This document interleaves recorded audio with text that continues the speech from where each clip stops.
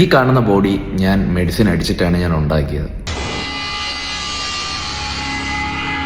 Sorry, ഞാൻ വെറുതെ ഒരു ഹൂക്കിന് വേണ്ടി പറഞ്ഞതാണ്. ഇൻസ്റ്റാഗ്രാമിലെ ഫീഡിലും അല്ലെങ്കിൽ എന്റെ ഫുള്ള് റീൽസിലും വരുന്നതെന്ന് വെച്ചാൽ മൊത്തം ഇപ്പൊ അർണോൾഡിന്റെ മോന്റെ കാര്യവും നമ്മുടെ നാട്ടിലെ പിള്ളേരെയും വെച്ച് കമ്പയർ ചെയ്യുന്ന കാര്യമാണ്. പക്ഷേ ഞാൻ എവരെ ഒന്നും പിടിച്ച് കണ്ടന്റ് ആക്കി എനിക്ക് വീഡിയോയുടെ ഇപ്പൊ എനിക്ക് താല്പര്യമില്ല. ഞാനിപ്പോ എന്റെ കാര്യം പറയാനാണ് വന്നത്. നാട്ടിൽ നിന്ന് ഞാൻ ദുബായിലോട്ട് ജോലിക്ക് വരുന്നതിന് മുന്നേ ഉള്ള ഫിസിക്കാണ് നിങ്ങൾ ഈ കാണുന്നത്. ദുബായിൽ വന്നിട്ട് ഒരു 4 മാസം കഴിഞ്ഞപ്പോഴാണ് എന്റെ ഫിസിക് ഇതുപോലെ ആയത്. നാട്ടിൽ ചെയ്ത വർക്കൗട്ടാണ് സെയിം ഇവിടെ ദുബായിൽ ഞാൻ വന്നിട്ട് ചെയ്തത്. പക്ഷേ ഞാൻ ഒരു കാര്യം മാത്രം ചേഞ്ച് ചെയ്യും. അതെന്തെന്ന് വെച്ചാൽ നല്ല high quality protein foods. Seriously ഞാൻ ഒരു കാര്യം പറയാം, നിങ്ങൾക്ക് നല്ലൊരു ഫിസിക് അച്ചീവ് ചെയ്യണമെങ്കിൽ നല്ല രീതിക്ക് കയ്യിൽ നിന്ന് പൈസ മുടക്കിയാൽ മാത്രമേ നിങ്ങൾക്ക് ഒരു നല്ലൊരു ഫിസിക് അച്ചീവ് ചെയ്യാൻ പറ്റുള്ളൂ. മൊത്തത്തിൽ ഞാൻ എന്റെ ഒരു 2 വർഷത്തെ എക്സ്പീരിയൻസ് വെച്ചിട്ട് ഞാൻ പറയാം, നിങ്ങൾക്ക് ഒരു 3 കാര്യങ്ങൾ മതിയാ നല്ലൊരു ഫിസിക് അച്ചീവ് ചെയ്യാൻ വേണ്ടി. അതിൽ 3 കാര്യം എന്ന് വെച്ചാൽ, ഒന്ന് ബെറ്റർ സ്ലീപ്പ്, നല്ല ഹൈ ക്വാളിറ്റി പ്രോട്ടീൻ ആയിട്ടുള്ള ഫുഡ്, അടിപൊളിയായിട്ട് വർക്കൗട്ടും ചെയ്യണം.